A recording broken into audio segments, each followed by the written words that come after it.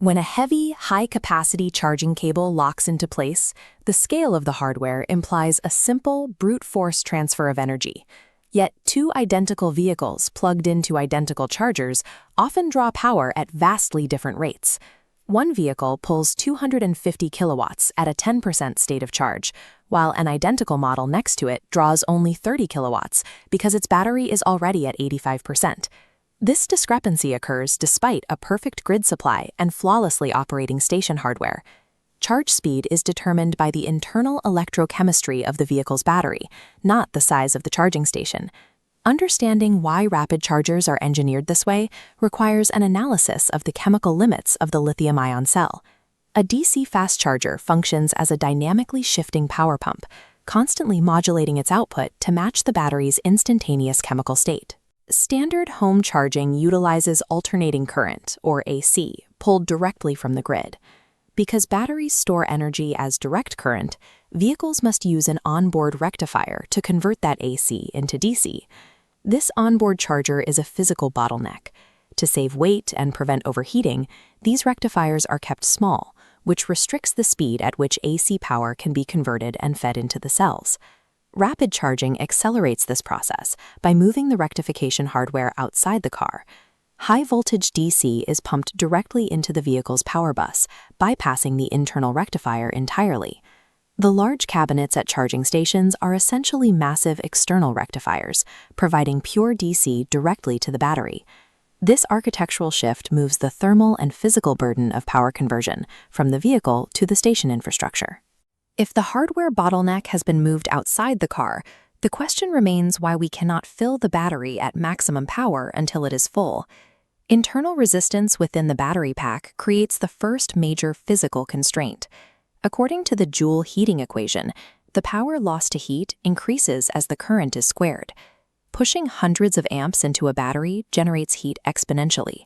Maintaining maximum current for the entire duration of the charge would lead to thermal runaway. The second constraint is the rate of ion diffusion at higher states of charge. As the battery fills, lithium ions find fewer available spaces within the anode's graphite structure. If ions arrive faster than they can diffuse into the anode, they metallicize on the surface. This lithium plating creates a jagged crust that permanently degrades the battery's capacity. These two factors, exponential heat and lithium plating, form a chemical wall preventing constant linear charging. To navigate these chemical limits, chargers follow a specific delivery profile called the constant current, constant voltage protocol. This graph tracks the battery's state of charge against current and voltage. In phase 1, constant current, the charger forces a high, steady flow into the pack.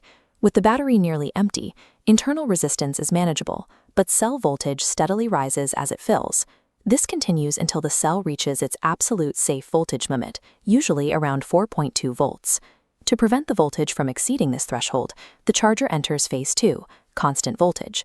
The voltage is held at the limit, which means the current must be choked off and reduced as the state of charge approaches 100%. This profile explains the performance difference between an empty battery and one that is nearly full. This drop in current is why the final 20% of a charge often takes as long as the first 80%. A charging station cannot execute this curve blindly. It requires a continuous stream of data from the battery. The vehicle's battery management system, or BMS, acts as the primary controller for the entire process.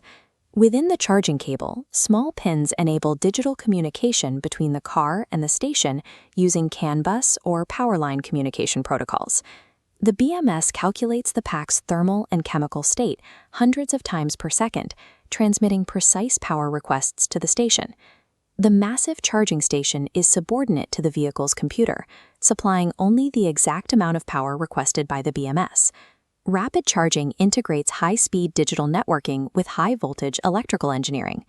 When viewed as a whole, the charging process is a closed-loop system designed to balance speed with chemical stability.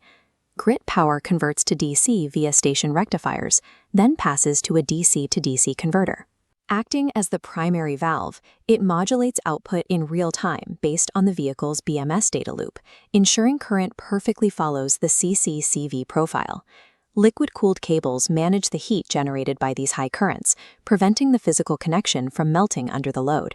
By bypassing the onboard rectifier and using the BMS to govern the flow, engineers can deliver high power while avoiding thermal runaway and lithium plating.